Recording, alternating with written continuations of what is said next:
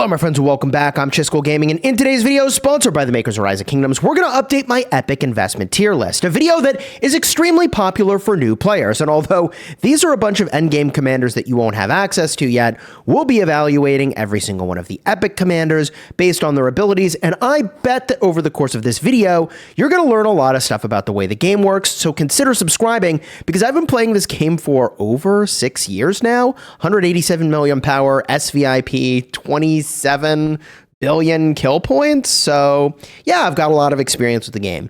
So let's get started and evaluate these early game commanders. And we're going to do a blend of putting these into a tier list and also looking at their abilities. So let's pull up Tier Maker now so that we can get a look at this here. And this is the sort of structure we're going to be using.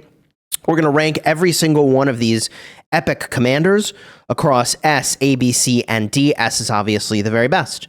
And we're going to start with an example of what I think is the very best for what an epic commander can be.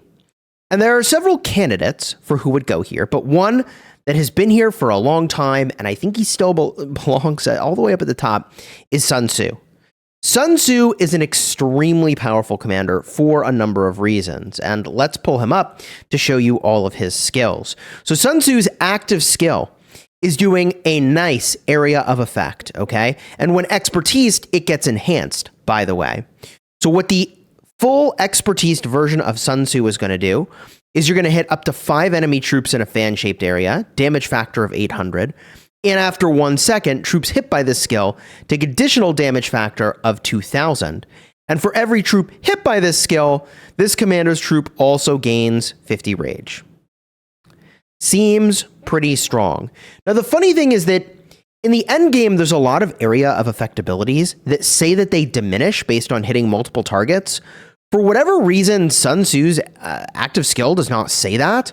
So if it's true that his active skill is not being diminished, the damage based on hitting multiple targets, that's incredibly powerful. To show you exactly what I mean, all right, let's see if any of these other epic commanders do this. They don't list it at all. If we get a look at legendary commanders, you can see that they've got these powerful active skills that for each target hit sort of beyond the first, they reduce the damage they deal by 15% from their damage dealt. So area of effect damage that doesn't reduce damage dealt based on the number of targets is a big deal. Okay? And yes, you're getting more total damage with more targets that you hit, but AoE is really busted when it's just all upside for hitting more stuff. So Sun Tzu does that. In addition, he's a garrison hero, which is great for the start of the game. You're going to need a garrison hero. You'll probably use, Charles Martel and Sun Tzu together to defend your city. You've also got this skill over here, 10% less damage taken and 10% more infantry health. Health is the stat you cared about the most. Taking less damage is amazing. All damage is, generally speaking, okay, about twice as good as health, I would argue.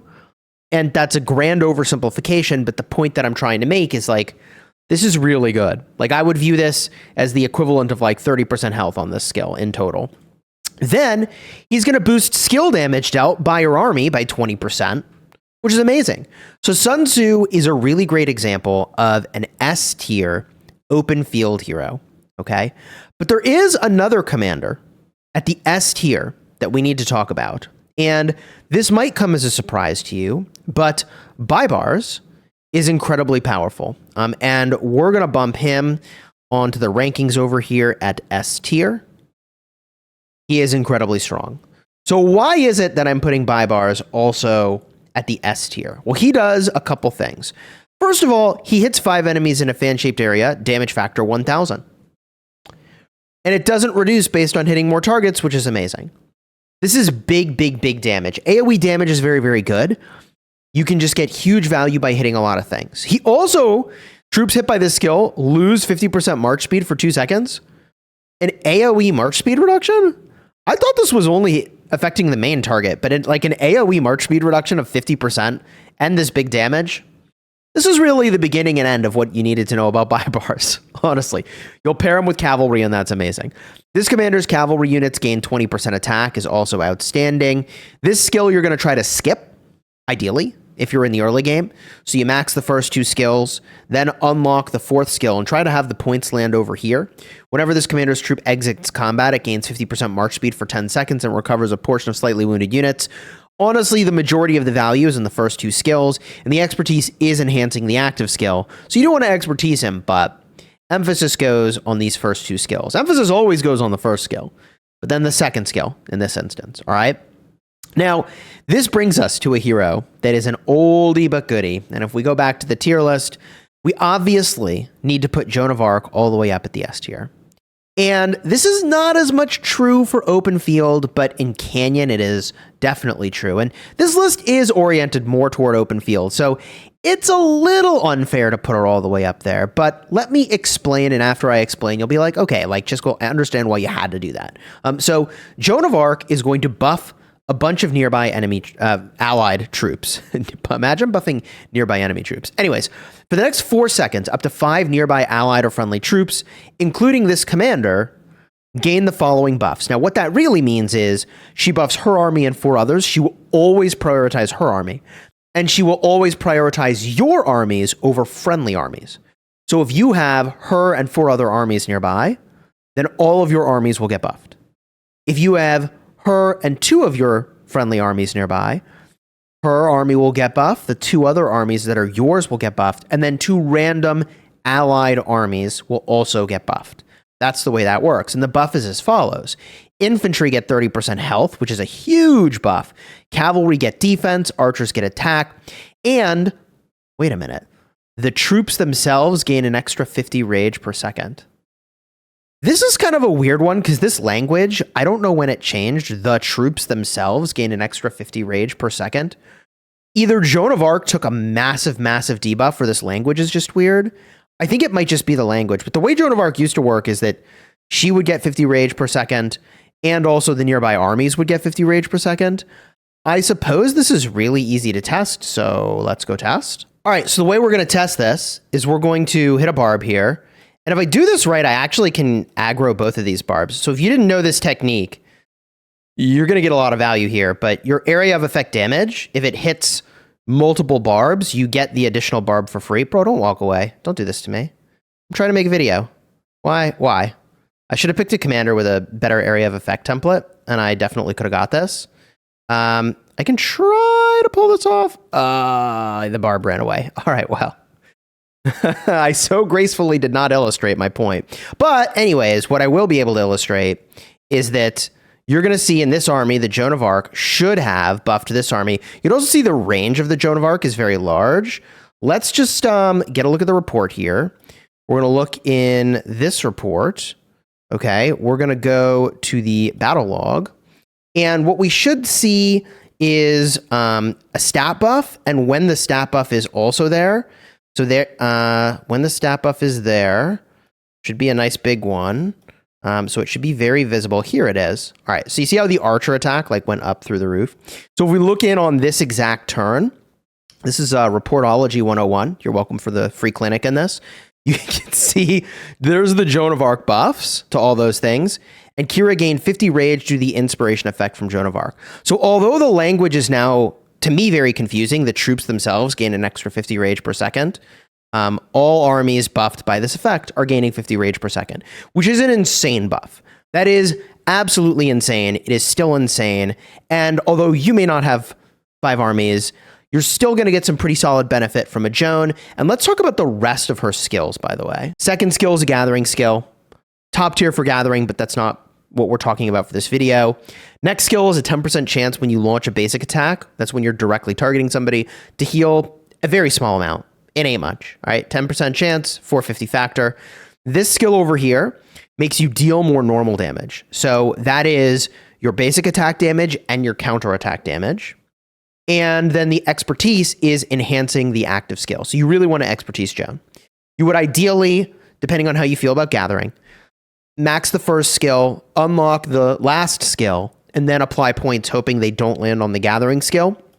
And, you know, you will use it for gathering in the long term. You do need your resources, so you make your choices about how you value the gathering skill. But Joan of Arc has always been just very, very strong. And these buffs are so good that endgame players will find ways to buff their rallies still using Joan of Arc. And maybe these days she's outclassed by some legendary commanders, but like, I cannot overstate how powerful this effect is. It's very, very good. That's why she's here. It's funny, but this skill used to read that Joan would take 25% less damage or something insane. And like, it had to get nerfed. It was so insane. Anyways, Joan is still S tier in my opinion, which brings us to some speculation. Okay. I am going to speculate. I don't typically like to do that in this style of video, but very recently we got 2 siege commanders put into the game, and I would like to speculate that they are S tier. And the reason that I would like to speculate that is that I think that ranged combat is a meta part of this game, and I think that it is likely to be too powerful to ignore. And the reason that ranged combat is really powerful once you understand how to use it is that you'll see a fight get set up, and people will be sort of locked into a position where they're fighting close combat. And then all the range towers just sit there shooting the entire time. And although everybody up close fighting is going to go back and forth and back and forth and back and forth to try to avoid getting caught in the enemy's ball, your ranged marches just sit there doing full DPS the entire time, which is really gross. So I think those situations, range is really cool. So again, this is a playstyle that I haven't adopted because I already committed to legendary equipment to other, types. So it'd be too costly to try to reforge. But if you went into the early game with the plan in mind of doing ranged, I think it could be very good. So let's talk about what Catherine does. All right. Ranged direct damage to a target troop, factor of 900, 500 if they're not within melee range. So it's only 500 from afar. And for the next 2 seconds, they take 15% more damage. Huge debuff. Huge debuff. Siege unit attack of 15% and march speed of 10%. Whenever this commander's troop launches a ranged basic attack, so every time you directly target someone at range, it has a 30% chance to deal ranged additional damage to the target every second for the next 2 seconds. So this is instant proc overtime damage. Let me explain that. Instant proc damage is insanely good for field fighting because even if somebody runs away and you don't hit them with your active skill, you got them with this instant proc damage. So a 30% chance to deal a damage over time effect. It's 400 factor, every second for the next 2 seconds. 500 per second for the next 2 seconds if they're below 50% is insane. And that's why it's got a 10-second internal cooldown. That's too good. And the last skill is whenever this commander's troop uses an active skill, up to 3 nearby allied or friendly troops, including this commander's troop, gain one of each of the following effects: 15% attack, defense, or health. Bro. I mean, it's like a mini Joan of Arc effect. Yeah. I think she's very good. And this skill over here, the instant proc damage over time effect, is enhanced by the expertise. So I think Catherine is deserving of being in that S tier as well. I think so. I think some ranged commanders is a great investment. And so when I say some ranged commanders, we do need to talk about the second ranged commander, which is Narses. And what does he do? If this commander's troop is not within melee range of its current target, this skill deals ranged direct damage to the target, 600 factor, and reduces their march speed. That ain't much, but that's how range goes, because you can just shoot from afar. And if this commander's troop is within melee range, deals range direct damage to the target, 1,000, reduces the target's attack to debuff by 10% for 3 seconds. Now, this commander's siege units lose 5% attack, but gain 25% defense. A little weird, but fine. Next skill makes it so that whenever this commander's troop uses an active skill while in ranged mode, you gain rage. That is insane. Nice rage recovery here, and it recovers a portion of slightly wounded units. So it's got some sustain. Next skill, whenever this commander's troop deals ranged direct damage, it gains 5% attack for 10 seconds. That ain't much, but this effect can stack 4 times, and its duration is reset whenever you gain a new stack. So as you're shooting somebody, you're going to get up to 20% attack, okay? And the final skill here, the expertise, is enhancing the western wall of the empire. So this is the rage recovery and the healing skill, all right? So I think it's fair. I actually do to like drop these two into S tier. So we go and we drop Narses all the way up into the top here, but we need to go now and talk about commanders that do not belong at the top of the tier list, okay? And there's a couple of them. So we started at the top, and we're going to go all the way to the D tier. And we might put a couple more in S, we'll see. But for open field fighting, Lohar does not belong. He's got multiple skills that are committed to things other than field fighting, whereas like Narses and Catherine, they're like 100% committed to field fighting, which is a part of the reason they're just so insane, I think. So Lohar, however, has a skill committed to, bonus damage to barbs. He's got a skill committed to bonus experience. Like bro, do not use Lohar to fight other players. Okay, I'm gonna get mad if you do that. This commander's troop recovers a portion of slightly wounded units whenever it exits combat.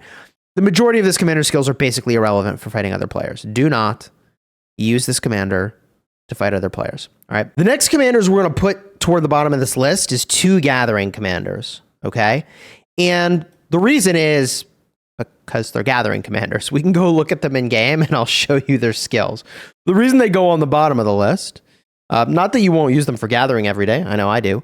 Queen Tamar of Georgia. For the next 2 seconds, this commander's troop heals itself and a nearby friendly troop with the lowest units. That's cool. It gains defense. I'd rather just do damage, man. Rather than like healing and buffing a nearby thing, I'd rather just do damage. This commander's troop deals 10% more normal. Whenever they launch a basic, 10% chance to reduce the target's attack. Debuff's nice, but like gain 10% more unit capacity is fine. There's nothing here that excites me. Okay, for open field. I get that there's some effects that are kind of cute here. I think they're cute, but they're not good. Okay. And then Matilda, same story. Okay. Deals direct damage to the target troop. This is actually reasonable. 750 factor and reduce its attack, but it's not area of effect damage. So already I count that against it. And this one gives a siege unit health and defense boost. So she is really like cute and has a very powerful role in Sunset Canyon, weirdly enough, where you can do something funky with like a Joan Matilda march that buffs. I have a dedicated video about that I'll put at the end of this one that like in the early game, you can do it. It's wonky, but it totally works and you'd be surprised. But this is not a fighting commander. Do not try to fight with her in the open field. Would not recommend it. Now, this brings us to several commanders that I'm going to drop into the C tier. The first is Boudica. And she's really cool. Like she does a bunch of different things. She does damage, healing, rage restoration. But she's a bit of a glass cannon and doesn't make, I don't think she makes the cut for me. Then you've got Pelagius, who is really interesting in theory, but the issue is that his active skill, he generates rage, and it's not all that valuable in most pairs you'll use him in. Now, this is a very nuanced topic that I'll cover only very briefly in this video, and if you're learning something new, consider subscribing, because I bet you may not have known this, which is that in any one turn, the way that rage works is they calculate all the rage that you gain. Then they do a reduction down to 220. So the most rage you could gain in one turn is 220. Okay. And then they do any further rage reductions to go even lower. So I mention this because there's a series of things you'll do. When you're normally attacking somebody and you're counterattacking, you're going to get about 100 to 120 rage per second anyways. Base for being in combat fighting somebody. And on top of that, when you use active skills, you're typically going to go for talents that give you rage. So for example, in all the best pairings, you're going to have talents like this, Rejuvenate, that are giving you rage, which is likely to make it so that Pelagius gaining rage on his active skill ends up being just completely wasted. What I'm trying to say. All right.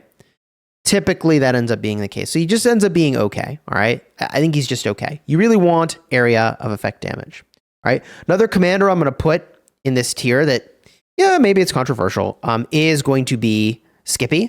I think he's really cool in Canyon, but the issue is that he's like really, really tanky, and like tank armies are not really a thing in this game. You reduce the damage you take, and you elevate your counterattack damage. I would rather be in a situation where you do area of effect damage. If you're like the biggest whale on your server and you send him in, he's going to do really silly things, and I think that would be fine. For like your average hardworking governor, I don't think he makes the cut, okay? Because this only really works if you like overpower everybody and then you out-tank them and they die on your counterattack damage. Like that's the Scipio plan, which like is fine, but not here. Not for most people. And that brings us to one final commander that you can't actually obtain anymore. So we'll tier them in, but that's Diaochan. I put him at a C. So Diaochan is kind of an interesting one. Diaochan is from a Dynasty Warrior collaboration. And she does have really good damage here. But the problem is that for the next 4 seconds, whenever this commander's troop launches a basic attack, you deal direct damage factor of 400. But your enemy can just walk away from you. And if they march faster than you, then you lose out on a lot of damage. There's too many situations where an enemy can just walk away and you lose damage factor here. She otherwise would be really cool. And most new players watching this video, you can't get her anyways. So irrelevant. Let's move on to the next commander. In fact, while we're on the topic of irrelevant commanders, let's talk about Kiera. So Kiera is obtained from the Soroli crisis event. And the issue is that by the time you actually get her skills to a relevant state, she will no longer be relevant to you for open field. Okay, but she has really cool effects. Deals direct damage to up to 3 enemy troops in a fan-shaped area, damage factor 1000. Here you can see that this damage, though, was reduced based on hitting more targets, like I was talking about earlier in this video, which is definitely a bummer. Troops hit by this skill take additional damage factor 200 every second for the next 2 seconds. I mean, the damage factor is there, but she's got a skill committed to barbs. The archer attack stuff is fine. The skill damage bonus is good. Whenever this commander's troop launches a basic attack, it has a 10% chance to gain an 80% bonus to skill damage dealt for 3 seconds. So hopefully that aligns with when you're doing skill damage, but if it doesn't, it's GG. I think she's good, but I think it's fair to drop her in as a B. That's where we're going to put her. Next 2 commanders are strong, but the only thing I have against them is, well, maybe there's a couple things, but they're doing single target damage. So we're going to drop Pericles in here. And we're going to drop Eulji Mundok. I think this is the old art for Eulji Mundok, by the way. So, oh well. Good enough. His art used to be that. Now it looks different. In fact, let me show you here. Eulji Mundok. Oh no, this is his new art. Just kidding. Okay. He used to have a different art style. Anyways, Eulji Mundok, single target damage, nice debuff here, defense reduction, 700 factor, actually 750 factor is good. And the passive stat here, 15% attack and 15% defense is nice. Whenever you're hit with an attack, you have a 10% chance to do 100% bonus damage. I mean, I think if you're a whale running into the enemy line, doing that like Skippy counterattack plan, he could be a cool pairing. But for the most part, I would say this is not a top tier commander. All right. In a similar vein, I was mentioning that Pericles isn't quite it. He's got some cool effects. For the next 3 seconds, this commander's troop gains a damage-absorbing shield of 1000 factor. Any healing their troop receives is increased by 15%. And that's not what I want to see in an active skill. I want big, fat AoE damage, all right? You get 10% attack and defense for infantry. Really good city garrison skill. Shockingly good. If this commander is serving as one of your city's garrison commanders, you deal 10% more damage. That's really good. But I don't like healing for city defense in general, so that's a weird synergy that you're going to be looking for. Whenever this commander's troop is hit with a basic attack, it has a 10% chance to reduce the attacker's normal damage dealt. Cool debuff. This is just not enough for open field. This is not the kit we're looking for. You also get a march speed boost when you use an active skill, but fully not the kit we're looking for open field. So at this point, you might be wondering, like, well, Chisgule, what would a good single target damage commander look like? And there's a couple that we're going to get a look at. One is Bjorn Ironside. Another is Hermann. And yet another very good single target damage commander is Osman. So let's look at these commanders, and you're going to be like, oh, yeah, I understand Chisgule, why you're saying the power levels there on those commanders. So first things first, let's get a look at Osman, because he's got a really cool kit. So his active skill does 1100 factor. Wow. Isn't that the highest single target damage we've looked at so far? But what's really compelling is not the second skill, which you're going to try to skip, but the third skill. So 1 second after this commander's troop uses an active skill, you deal 400 damage factor. This means every skill cycle, you're going to do 800 damage factor. 400 when the primary uses their active skill, 400 when the secondary uses their active skill. So you are putting a huge amount of damage factor onto one target. These two skills, you're dropping 1,900 damage factor to a single target. And you get a unit capacity boost, which is kind of nice. And that's the whole thing. So this is a commander that does very, very well if you have ways to reduce your rage cost or generate lots of rage. Okay? So Osman is pretty powerful. We drop him in at the A tier. Now, Hermann is actually the perfect example of a commander that does like almost all the things I want to see on a commander. The only thing he's missing is AoE damage. Let me explain. His active skill does 1,150 damage factor. And it reduces the rage of the target by 100 and silences them for 2 seconds. This is a better active skill than Osman. Now, the rest of his kit is not quite as good, but this is actually very powerful and easy to overlook. He gives you a 10% attack and march speed boost. March speed is so good in the open field. He does have a skill committed to garrisoning. And then the last skill, this commander's troop deals 10% more normal damage. And whenever they launch a basic attack, they have a 10% chance to gain 100 rage. Cooldown of 5 seconds. So nice little rage boost over here. Yeah, this commander is outstanding. Very solid. Its single target damage which is definitely what I hold against it. But you're very happy to see this march speed on an archer pairing that you put together, okay? And in addition, the final sort of single target damage commander that I was happy with is Bjorn Ironside, all right? So what he does is he deals direct damage, 700 factor, which is very low. But for the next 3 seconds, 3 enemy troops in a fan-shaped area take 15% more skill damage. So he's got a nice debuff. Now, the thing that makes Bjorn Ironside good in the open field that actually Hermann is missing is instant proc damage. So the second skill is for city attacking. You don't care about that. The third skill is giving you attack and defense. But the fourth skill, whenever this commander's troop launches a basic attack, you have a 10% chance to deal 800 damage factor. Wow. So the way that works is you're fighting, and just boom. There's a chance you've dealt now 800 factor, which is like an active skill worth of damage. So even in situations where you aren't pulling off your active skills because of the back and forth nature of combat, you could really wreck somebody, and that's why it's very powerful. The debuff here is good. The active skill is honestly not very impressive, but it's the instant proc damage that I think puts him in the A category. And there's a commander that I do want to bump down. I originally had Imhotep all the way up in S tier in the prior version of this tier list. And, I update tier lists whenever new commanders come out. So consider subscribing if you haven't already. I'm going to drop him in at the A tier. All right. And there's another commander I'm going to put at A. That's Belisarus. So we'll drop him in now and we'll sort of talk about them both here. So when we talk about Imhotep, he does something very cool. For the next 3 seconds, up to 5 nearby enemy troops take 30% more damage. That is a huge debuff. And if he's serving as the secondary commander, those enemies lose 50 rage per second. Now, this is a cool effect. However, having to be the secondary commander is a bit of a bummer. And when I think about what archers you're trying to run in the early game, you're trying to probably run something with Esong if you're running archers. And that's a big skill damage situation, and he's not doing skill damage.